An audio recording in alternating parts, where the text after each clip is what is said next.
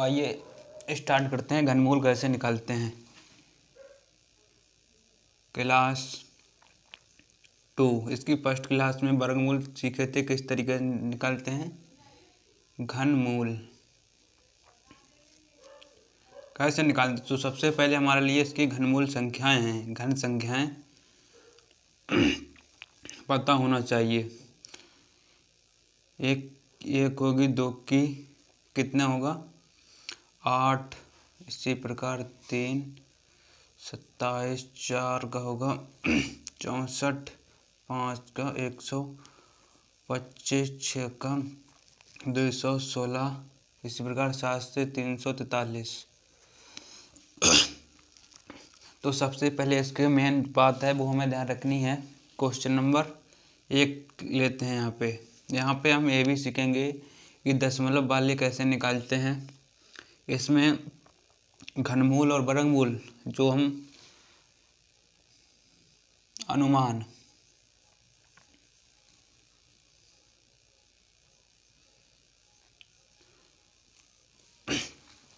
विधि है, इसमें ज़्यादा नहीं, थोड़ा सा ही डिफरेंस होता है। जो डिफरेंस क्या होता है वो भी हम क्लियर करते हैं। तो घनमूल में सबसे पहले हमें संख्या क्या इकाई अंक देखना है। इकाई अंक कितना है 4 का घन संख्या कितना होता है 64 होता है। तो हमें कितना लेना है 4। तो इसमें हमें क्या होता है इकाई के बाद जो दहाई सैकड़ा है इसको हमें छोड़ देना है। किसमें घनमूल जब निकालेंगे तो हमें छोड़ देना है। अगर हम निकालें वर्गमूल, अगर हमें इसी का वर्गमूल पूछ ले तो हमें क्या, तो केवल हमें इकाई के बाद दाई अंक को छोड़ना है, इसका हमें पूरा निकालना है। तो इस चीज़ का हमें ध्यान रखना है। तो मैं इसमें दहाई सैकड़ा को हमें छोड़ देना है। 4 का कितना देख लिया 64 है, तो इसका जो लास्ट अंक होगा कितना आ जाएगा 4। इसी पे यहाँ पे 39 दे रखा है। तो हमें यहाँ पे ऐसी घन संख्या को देखना है जो इससे ज़्यादा ना हो, इससे कम हो, पर इसके पास की हो। अगर यहाँ पर 3 लेंगे हम तब कितना इसका है 27। अगर 4 लेंगे 64, तो 39 से ज़्यादा हो रहा है, तो 27 हमारे लिए सही है। 27 का कितना है 3, तो ये 64 का है। इस तरीके से कर लेंगे। इसी तरीके से क्वेश्चन नंबर यहाँ पे दे रखा है दूसरा। यहाँ पे संख्या का हमें इकाई अंक सबसे पहले देखना है। इसका कितना है घन 25, तो इसका लास्ट का अंक कितना है 5। और इसके इकाई अंक के बाद जो दाई सैकड़ा अंक जो है इसको हमें क्या करना है छोड़ देना है 3। अब ये 3 आ गया, 3 अंक यहाँ पे, तो हमें इसका वह घन संख्या देखना है जो इससे ज़्यादा ना हो। अगर हम 2 का देखेंगे तो इसका 8 है, ज़्यादा हो जाएगा।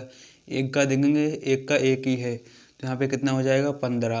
तो इस तरीके से इस प्रकार के क्वेश्चनों को हल कर लेंगे। अब एक क्वेश्चन समझ लेते हैं कि दशमलव वाली किस तरीके से निकालते हैं। तो यहाँ पे मान लो क्वेश्चन नंबर यहाँ पे मान लो 13 का दे रखा है, इसका हमें किस तरीके से निकालना है। इसमें हमें क्या करना है, यहाँ पे हम कर दें अगर 9 + 4 कर दें, 9 + 4 कर दें तो भी निकाल सकते हैं, या फिर हम कर दें 16 - 3 कर दें। 16 में से 3 जाएगा 13 बचेगा, इधर 9 + 4 हो जाएगा। इस तरीके से हम कर लेंगे। तो इसको समझते हैं किस तरीके से हमें करना है। 9 का कितना होता है वर्ग 3 + 4, तो जो यहाँ पे जो निकालना है 3, इनका हमें क्या करना है दूना कर देना है, 6 हो जाएगा। इसको हमें कट कर देना है, या तो हम गुणा करके भी निकाल सकते हैं। इसके बाद तो यहाँ पे कितना बचेगा 11/3, तो इसका कितना आ जाएगा 3.66। इस प्रकार से हम ये निकाल लेंगे। तो इसी का क्वेश्चन समझते हैं, ये बहुत सरल है। समान जो अनुमान विधि है इसमें घनमूल और वर्गमूल जब निकालते हैं इसमें ज़्यादा डिफरेंस नहीं होगा।